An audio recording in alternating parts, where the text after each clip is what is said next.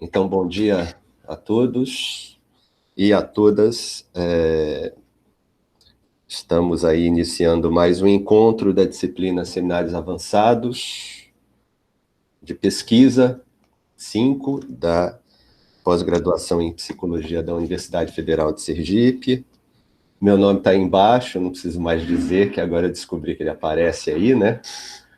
E, enfim, na aula passada eu comecei a comentar o capítulo 3 com vocês, e nós paramos na crítica do gênero. O capítulo 3 do livro da Morel, tá? Ambiguidades sexuais, sexuação e psicose. E terminamos na crítica do gênero que ela faz, não ao gênero de forma, né, geral e tal, porque ela não está dialogando com os teóricos do gênero de modo geral, mas sim em específico com Stoller, Robert Stoller, tá? Que foi quem disseminou essa ideia de identidade de gênero. E então ela dialoga com Stoller e com a ideia de identidade de gênero, que ela diz que não dá conta de abarcar a sexuação. Tá? Hoje eu me proponho, a partir da página 78, que foi onde a gente parou, né, e ir até a página 92 do terceiro capítulo do livro da Morel, da edição em espanhol. Na página 80 do terceiro capítulo, Sexuação, o pensamento classificador não esgota a questão. Geneviève Morel, partindo da tese da diferença sexual, estabelece 3 questões para a psicanálise. Então, ela parte de um diálogo com uma antropóloga chamada Françoise Héritier, que tem um texto, né, um livro chamado Masculino Feminino, e ela parte daí, então, para colocar essas 3 questões. Vocês perceberam que ela não concorda com essa, pelo menos não de todo, né, com essa tese da Françoise Héritier. E ela coloca, então, 3 questões, né, nesse diálogo com essa antropóloga para a psicanálise. A primeira e que é a questão mais importante, que ela vai tentar responder até a página 92. A linguagem binária das oposições significantes traduz a diferença sexual? Né, porque essa é uma das maiores críticas que se faz a Lacan. Né, como se a diferença sexual em psicanálise fosse redutível às oposições significantes. E por isso que a gente começou discutindo aqui o real. O real para a psicanálise e o real para a ciência, né, nas aulas anteriores. Porque o que o Lacan entende por sexuação está atrelado ao real e não ao simbólico. Oposição significante está no registro do simbólico. Então, Lacan está falando de sexuação para além do simbólico. Né? Ele está falando de um registro que é o do real, e que só a psicanálise deu conta porque é um saber clínico. O real ele aparece na clínica, desde Freud, né? O que não cessa de não se escrever. São as repetições sintomáticas. Né? Quer dizer, o Freud ele tentava responder a pergunta do porquê que os sujeitos escolhem o pior. Né? Quer dizer, por que com tanta possibilidade de escolha, em tese, pelo menos, por que a gente escolhe o pior? Né? E aí ele vai falar de toda a fixação libidinal, que é o termo que o Freud tinha para falar sobre o real. Então, o real freudiano ele tem outros nomes, né? Libido, fixação, né? Fixierung, o termo que ele usava, pulsão de morte, supereu, né? Na segunda tópica, são todos termos para falar sobre o real. Então, a segunda tópica é aquela que traz o real, né? Pelo menos de forma mais evidente, né? Tá? Então, uma das perguntas é essa, né? A linguagem binária das oposições significantes traduz a diferença sexual? Já antecipei para vocês que não, e ela vai dizer por quê, né? Ao longo dessas páginas, às quais eu já me referi. A segunda questão que ela se coloca é quais são as causas da misoginia, né? O Lacan dizia, ele diz no seminário 20, isso a gente pôde ver na aula passada, quer dizer, no semestre passado, quando a gente chegou a comentar o seminário 20, ele dizia que a história da mulher no pensamento ocidental é uma história de femme, ou seja, é um dito mulher, né? De femme, D-I-T, hífen, F-E-M-M-E, ou seja, é uma história de... Ele faz um trocadilho, né? Ele adorava fazer as palavras equivocarem, é uma história de difamação. A história do pensamento ocidental sobre as mulheres é uma história de difamação. Peguem enfim, Schopenhauer, né? Peguem qualquer autor, Nietzsche, inclusive, que é endeusado, mas pega o que ele falava sobre as mulheres, para vocês verem. Né? Então, né? Isso lá no pensamento ocidental, de forma geral, pelo menos na filosofia clássica, né? Eu estou me referindo à filosofia clássica, é uma história de difamação das mulheres. E o Lacan vai dizer o porquê disso no seminário 20. Justamente porque a referência é aquilo que não existe enquanto significante, né? Quer dizer, não há inscrição do que seja o feminino no inconsciente, assim como não há inscrição do que é a morte no inconsciente. Ninguém consegue representar a própria morte. Por que ninguém consegue representar a própria morte? Isso Santo Agostinho já falava lá nas Confissões, né? Mas foi Freud que trouxe isso mais à tona no século XIX. Por que ninguém consegue representar a morte? Ora, porque você só consegue imaginar a própria morte como um espectador dela. Aí você imagina o enterro, você imagina, né? Quem não se imaginou, quem não imaginou o próprio enterro aqui, né? Que atire a primeira pedra. Todo mundo. Quem é que vai estar no meu enterro? O que vão fazer? Quem é que vai chorar? Quem é que não vai? Você só consegue representar a própria morte como um espectador. Isso é sinal de que não há representação dela no inconsciente, né? Assim como não há representação da mulher. Então a mulher é o outro absoluto, né? Isso é que o Lacan vai falar nas fórmulas da sexuação. Ou seja, é o das Unheimlich, aquilo que o Freud chamava de das Unheimlich. Ou seja, o estranho, o sinistro, a inquietante estranheza, né? Então é um outro para além do falo, para além do falo, para além da norma fálica, né? Há um outro gozo para além do gozo fálico, é isso que o Lacan vai mostrar, ele escreve o Seminário 20 para falar disso. Então o Lacan vai colocar não é, a mulher como outro absoluto, como das Unheimlich, né? Como para além do falo. E até a Maria Rita Kell, naquele livro Deslocamentos do Feminino, ela vai falar que isso, em vez de implicar uma negatividade, implica uma positividade à mulher, no sentido de uma audácia que quem está restrito à norma fálica não tem. Tá? Então, assim, demorou muito, muito. Foi preciso Lacan para falar algo sobre a mulher que não seja, né, igualdade, né, porque de igualdade já se falava desde os anos 20, ou seja, precisou Lacan para falar algo do feminino fora do simbólico, né, e do imaginário. Lacan precisou, então, pensar isso nos anos 70. Né? Por isso que quando eu digo para vocês que o Lacan ele é importante, é para o pensamento ocidental, não é só para a psicanálise, não. Essa visão dele do feminino é importante para o pensamento ocidental.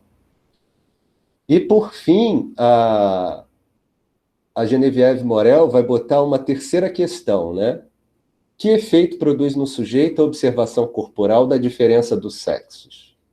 E essa é uma questão muito importante, porque o Freud tem um texto, né, que eu até fiz uso dele aqui nessa aula, que se chama Algumas Consequências Psíquicas da distinção anatômica entre os sexos. E que o Lacan vai fazer uma releitura desse texto no seminário 3. Tá? É bem breve, mas ele faz uma releitura no seminário 3. Também voltamos a isso, eu vou falar aqui durante a aula, tá? Então, isso está dando um certo, né, um certo trabalho, assim, para a elaboração, mas é para a gente voltar a esses conceitos que são fundamentais, que a gente não pode deixar, né, não dá para... Quem tem filho pequeno, né, sobretudo eu e outros, não dá para a gente achar que a diferença, que a percepção da diferença anatômica entre os sexos não deixa uma marca psíquica, né? Não tem como, né? Negar isso é como negar o Holocausto, é como negar a pandemia, né? Achar que é uma gripezinha, ou seja, é você achar que é uma diferençazinha, é ser negacionista. Não dá para negar isso, não dá. Tá? Então é bom a gente voltar a Freud, porque foi Freud quem percebeu isso. Quer dizer, não dá para negar isso, a não ser via fantasia. Aí é que é o interessante.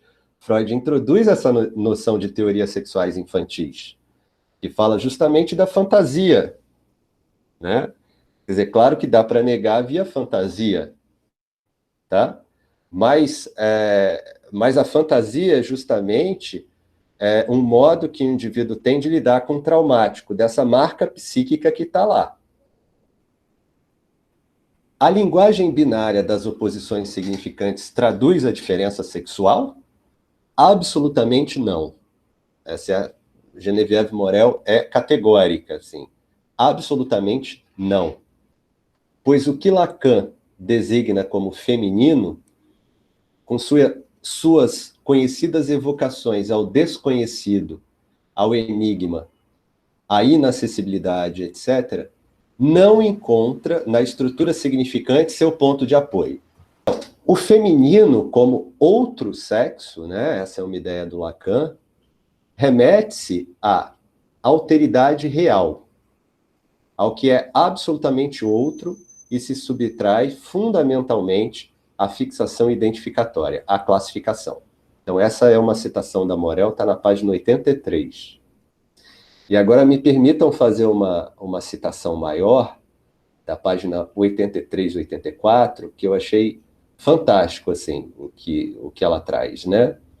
Então, tudo isso é citação, tá? Vamos lá, abre aspas, né? O não há relação sexual de Lacan significa isso. Por um lado, pode-se falar do homem como universal, identificando-o com o falo.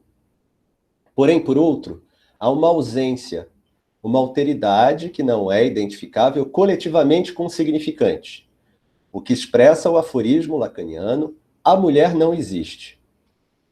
Essa ausência não pode assinalar-se com um segundo significante, como se disséssemos: o significante 1 está para o homem, assim como o significante 2 está para a mulher. Portanto, não se pode dizer que o segundo sexo exista a fim de entrar em relação com o primeiro.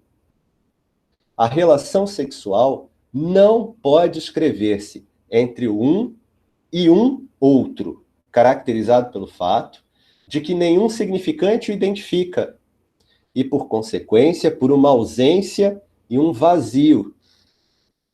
No plano dos sujeitos, os homens e as mulheres, como seres sexuados, não podemos nos conformar com identificações e classificações, como faz o antropólogo. Aí é uma referência dela, Françoise Héritier, nessa obra que eu falei, né? Masculin, féminin, la pensée de la différence. O masculino e feminino, o pensamento da diferença. Devemos levar em conta uma dimensão que não é redutível às oposições significantes, nem à lógica do atributo, senão que exige uma construção singular em cada um dos momentos, a do gozo e suas modalidades na relação com outro sexo. Tá?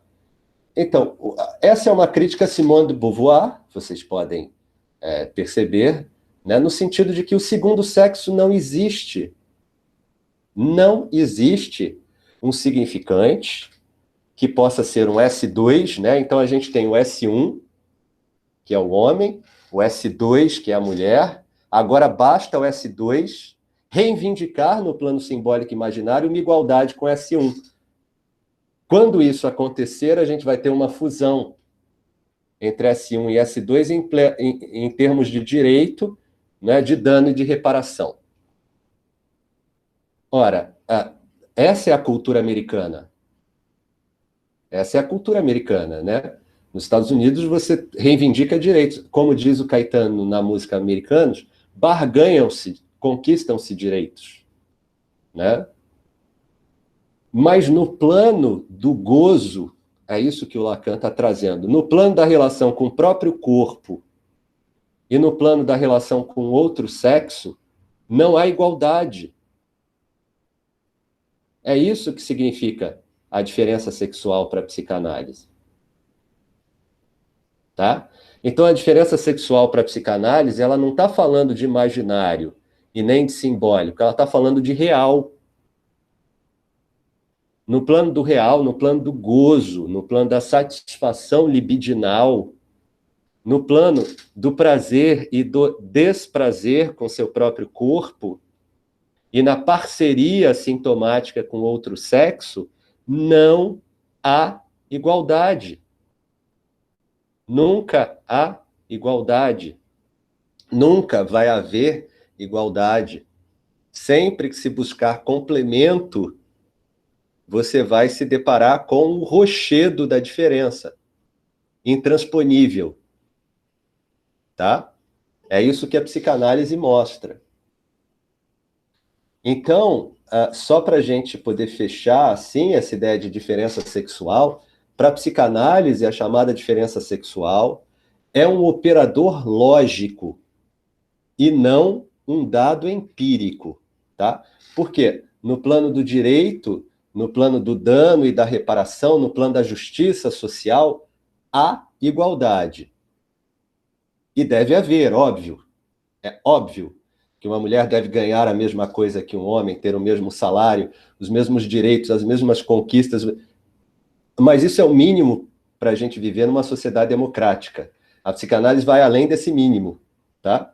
Então, o que a psicanálise traz é que essa diferença sexual é um operador lógico e não um dado empírico que impossibilita a completude entre os sexos, demarcando, antes, uma alteridade inexorável entre eles. Desse modo, não há parceria entre os seres sexuados, senão por seu viés sintomático. E aí tem toda a teoria do parceiro sintoma, né? O que é a teoria do parceiro sintoma?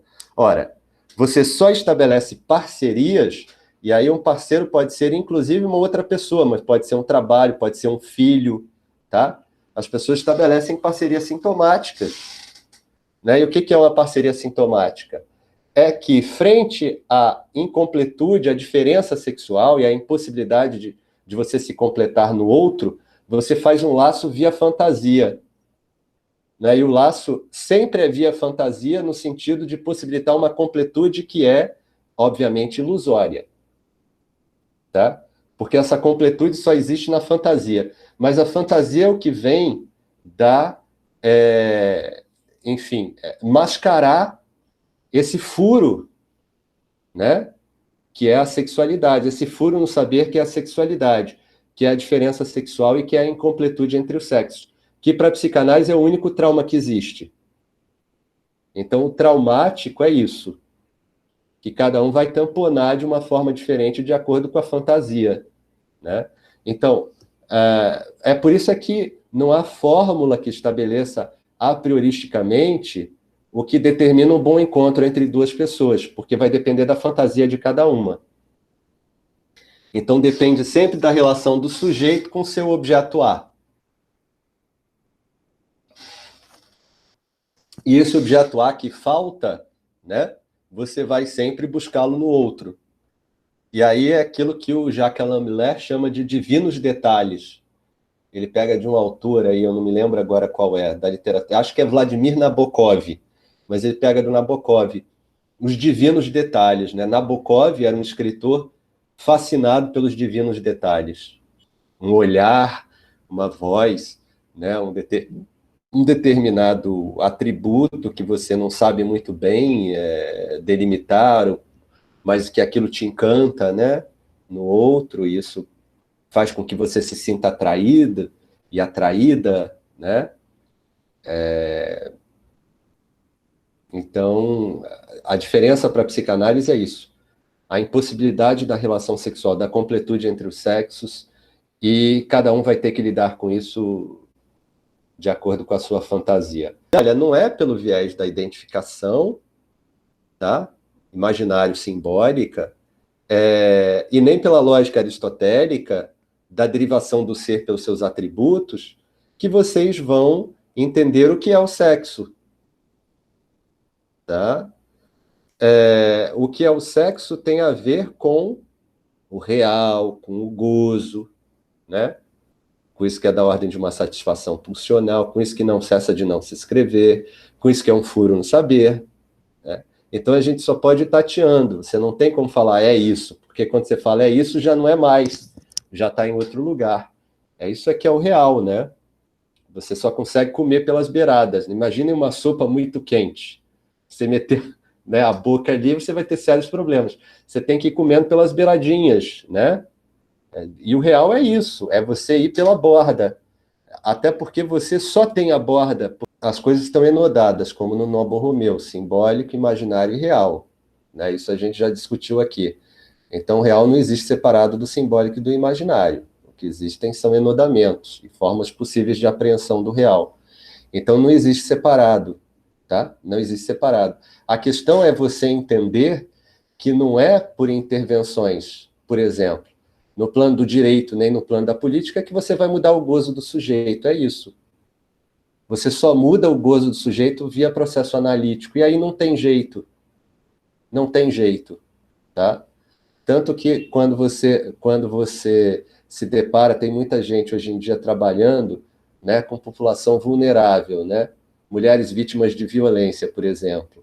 Muitos psicólogos. Eu acho bom que os psicólogos têm que se disseminar por essas instituições mesmo. Porque, modéstia à parte, mas a gente faz diferença, né? Tem uma escuta, sobretudo quem tem uma escuta psicanalítica, assim.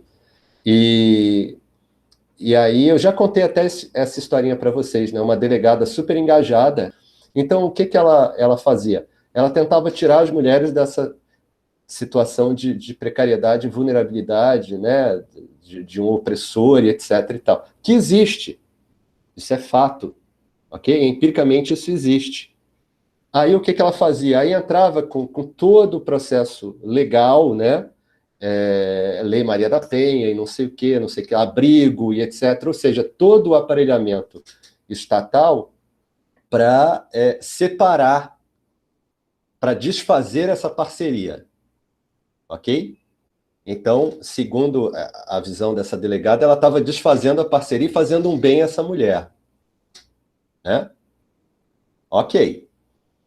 O que aconteceu num desses casos, isso tem gravado, vocês podem procurar na internet, uma dessas mulheres voltou com um parceiro antigo, né? E estava lá na delegacia de novo dando queixa porque tinha sido agredida.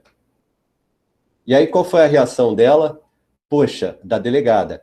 Poxa, mas a gente te deu tudo e você faz isso com a gente? É isso que a psicanálise tenta entender, quer dizer, o que ela, de acordo com a fantasia, via nesse parceiro, né? Porque alguma coisa ela via, algum encanto tinha para que essa relação persistisse, né? Então, assim, é isso que tem que ser trocado, é isso que tem que ser, é em cima disso, né? Que é um trabalho de anos, não é de uma hora para outra, né? Mas é isso que possibilita uma mudança de modo de gozo, e que vem com anos, e anos, e anos, né? A não ser, né? A não ser, mas isso é raríssimo, né? A sublimação é uma possibilidade, mas a sublimação é raríssima, raríssima. É raríssima. Eu trabalhava com psicótico e tinha, assim, uns... Enfim, eu, quando comecei a estagiar, em 97, eu estagiei 2 anos no hospital psiquiátrico, 97 a 99, depois eu passei num concurso, trabalhei, né, com saúde mental numa prefeitura, E então eu sempre tive ligado à saúde mental, assim, enquanto profissional, né, fora da universidade, e eu acompanhei o movimento da reforma psiquiátrica, porque em 97 a lei da reforma, a lei da saúde mental não havia sido aprovada, ela é de 2001, tá? Então a gente discutia muito reforma, reforma e tal, só que tinham alguns reformistas românticos, assim, que tinham a crença de que todo psicótico era artista, que eles tinham que se autoexpressar. Essa ideia é meio Nise da Silveira. Eu acho até interessante, mas, sabe, a Nise recebia pacientes ali que eram selecionados, tá? Não era qualquer um que entrava ali. Então já tinha uma certa propensão e tal. Mas acreditar que todo mundo vai ter essa capacidade, né, de se tornar artista e etc. e tal, é tratar a singularidade com uma generalidade, né? Então, eu trouxe esse exemplo que é o caso a caso, quer dizer, no caso dela, ela não sublimou, né? Para você causar um desvio da pulsão, uma fixação pulsional que já está estabelecida, né? Isso é um trabalho de anos. Então, nesse sentido, a gente tem que lidar, sim, com caso a caso. Eu lamento estar sendo assim meio iconoclasta, tá?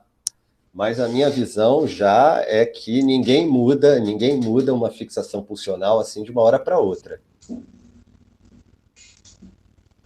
Como a Magna trouxe uma questão que eu acho muito importante, que é a seguinte, ela falou aí implicitamente sobre a questão do grupo, né? Da psicologia das massas e análise do eu. Você acreditar que um sujeito é igual ao outro, né? Que um significante é igual ao... Porque o sujeito para o Lacan são significantes. Você acreditar que um significante é igual ao outro, aí a gente está na paranoia, né? Porque a paranoia é justamente isso, um é igual a um, né? Um é igual a um, que é igual a um, que é igual a um, e então o que você tem é uma repetição de uma cadeia de sentido, e que é fixo, né? Então, assim, para o paranoico, o sentido é pleno. O paranoico ele tem um sentido pleno, porque para ele não há ambiguidade, né? As palavras não equivocam, então as palavras são coisas, né? E toma muito pela autorreferencialidade, né? Então, assim, não dá para achar que num grupo um é igual a um. Essa aqui é a questão principal, eu acho. E a psicanálise sempre, sempre, sempre vai bater nessa tecla da singularidade, né? Não tem como... Agora, o analista é cidadão, tá, Jô? O analista é cidadão. Então, eu, enquanto cidadão, eu tenho um pensamento de esquerda, tá? Nem todo psicanalista tem um pensamento de esquerda, mas eu acredito em justiça social, justiça, né, distributiva, em bem-estar social e etc. Então eu ainda sou meio demodê, assim, no sentido de acreditar nisso tudo, acredito e luto por isso, tá? Agora, não na clínica. Aí falar, mas separar a clínica da política, sim, claro, óbvio. Porque a política da psicanálise é a política do sintoma. É a política da singularidade de cada sujeito que tem um sintoma que é diferente do outro, né? Então, política para a psicanálise só pode ser a política do sintoma. Ela nunca é a política do para todos, tá? Do todo fálico. Então, a política da psicanálise é a do não todo fálico. Ou seja, não há significante que identifique, né, a prioristicamente um determinado sujeito do ponto de vista político. Trazem essa questão da neutralidade, como se a psicanálise fosse neutra, gente. Como se a psicanálise lacaniana fosse neutra e como se fosse de neutralidade que eu estivesse falando, sabe? Não eu, mas, enfim, a psicanálise lacaniana de um modo geral. Quando não é de neutralidade que a gente está falando, né? A gente só está falando que não dá para ser político no sentido da política para todos durante uma sessão de análise, porque a política da psicanálise é a política da singularidade do sintoma de cada um, que é diferente de cada outro, né? Então você não tem tem como trazer questões e colocar significantes na boca do seu analisando. Você não tem como fazer isso. Você não tem como pressupor que todo mundo que foi abusado, né, vai necessariamente, né, padecer de um certo jeito, né, de sintoma específico. Não existe transtorno pós-traumático para psicanálise. Isso vai marcar cada sujeito de um modo diferente, isso vai produzir sintomas diferentes em cada sujeito, fantasias que são diferentes. Você não tem como pressupor qual é a marca que vai ficar nos sujeitos do racismo. Você não tem. Você não tem como fazer isso a prioristicamente. Por quê? Porque cada um vai lidar de um modo diferente. Cada um vai lidar com esse trauma, que é algo da ordem do traumático, né? Algo da ordem do horror, né? Óbvio. E ninguém está negando isso. Ninguém está negando que o Brasil é um país que não lidou com a escravidão. A gente não resolveu o problema da escravidão. São problemas assim estruturais, né? Que a gente teria que ter resolvido e não resolvemos. É óbvio que isso traumatiza.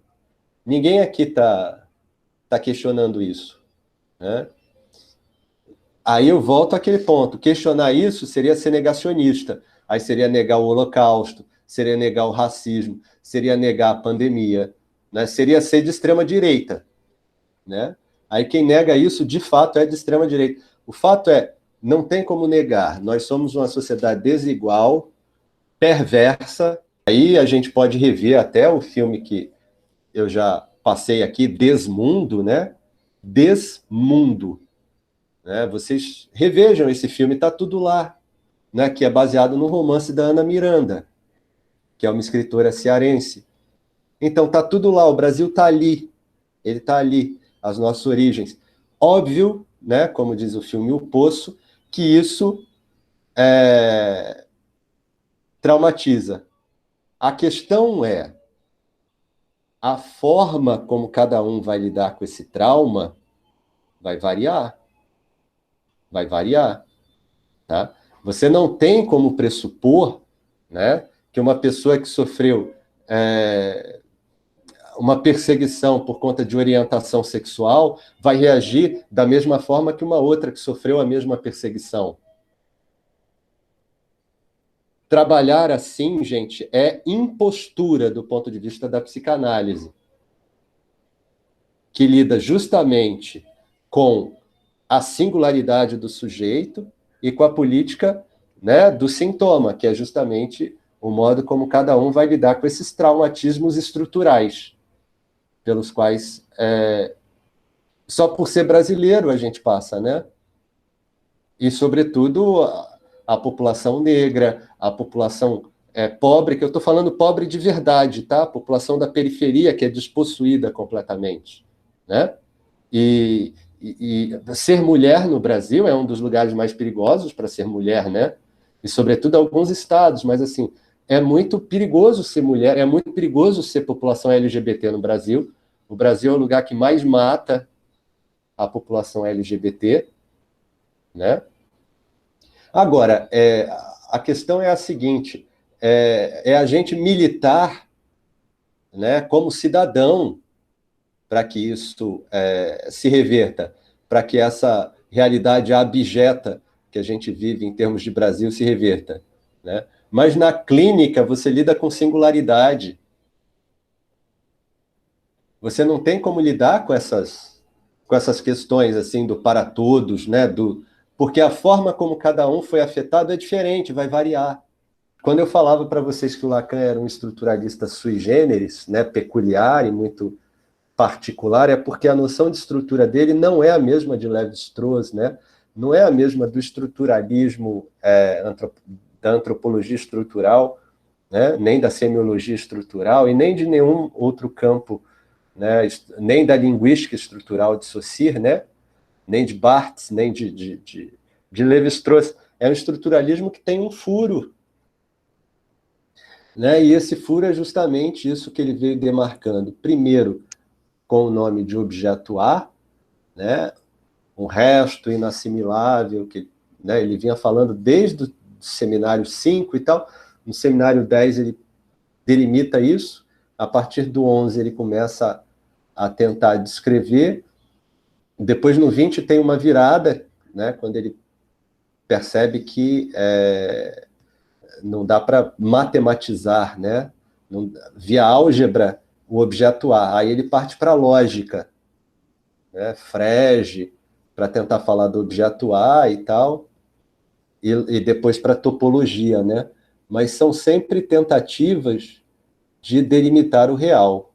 Eu tô relendo Freud, né, para escrever essas aulas e tal, via Lacan, né, porque o Lacan teve um momento aí nos primeiros seminários que releu Freud, e é impressionante a leitura que o Lacan faz do Freud, assim, ele vai contra a corrente, né, então, por exemplo, ele fez uma leitura aí nos anos 50, seminário 3, no seminário 3, o Lacan, ele faz uma leitura de 3 textos, 3 ou 4 desses textos que estão aqui, que são os textos tardios do Freud, que ele escreveu depois que elaborou a segunda tópica, tá?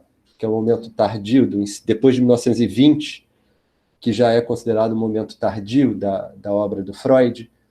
E toda a vertente, por exemplo, inglesa, né, da psicanálise de língua inglesa, enfatizava um certo pré-edipianismo, né, uma relação de amor primitiva do bebê com a mãe, que estava, de certa forma, aí no cerne da questão da sexualidade, e que isso seria, inclusive, passível de ser tomado como modelo para a direção do tratamento. Tanto que as escolas inglesas, elas tomam o modelo da maternagem, né? O Winnicott com a mãe suficientemente boa, a Melanie Klein quando ela fala do seio bom, do seio mau, e até a Anna Freud, né?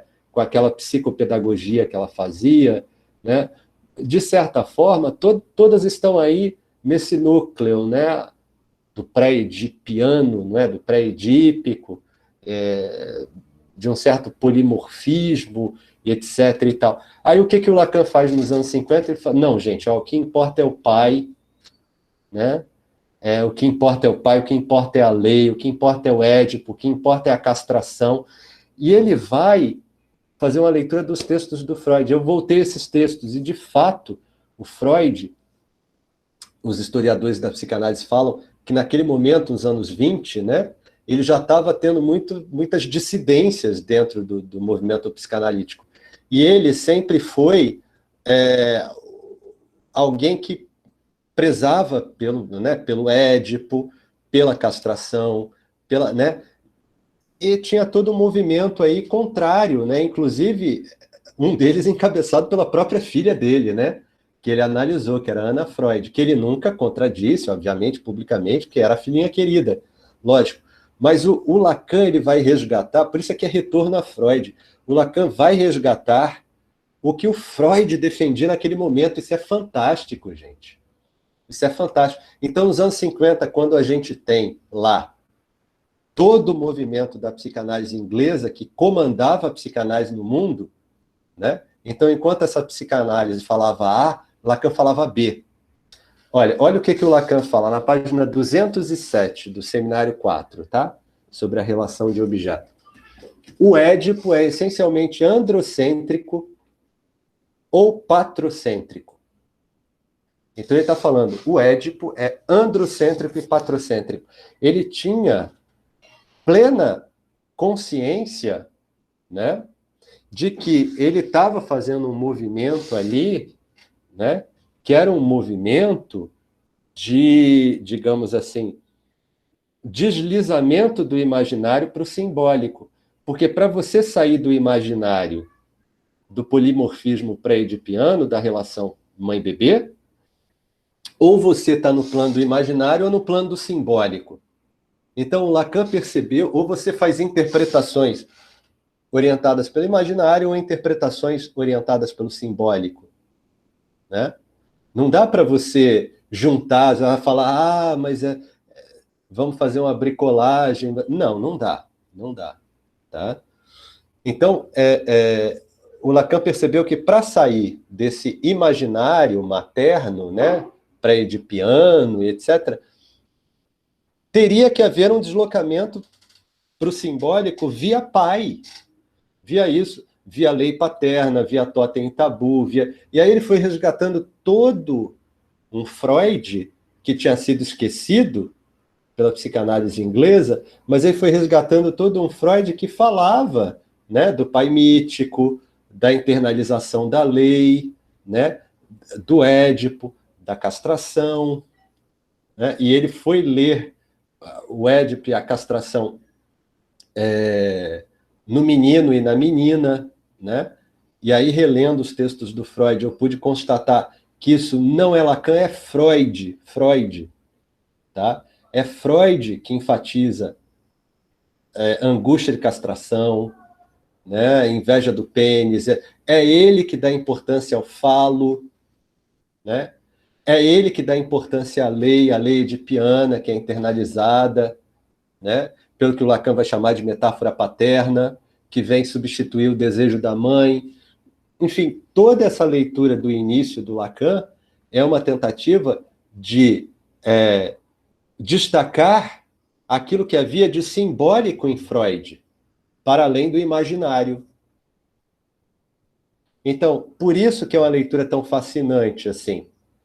Óbvio que hoje é datada, né? Porque, assim, a nossa era, que é a do mais de gozar e tal, já não é a era do simbólico, né? A gente já vive um declínio aí, que o Freud já percebia lá nos anos 20, né? Quer dizer, desde o início, do final do século XIX, a gente já tem um declínio aí do simbólico, né? Enfim, e que hoje em dia a gente se depara com o real, que é sem lei, né? Que, enfim. Mas o Lacan vai fazer uma leitura muito fina do Freud ali, né? Deslocando a psicanálise do imaginário para o simbólico.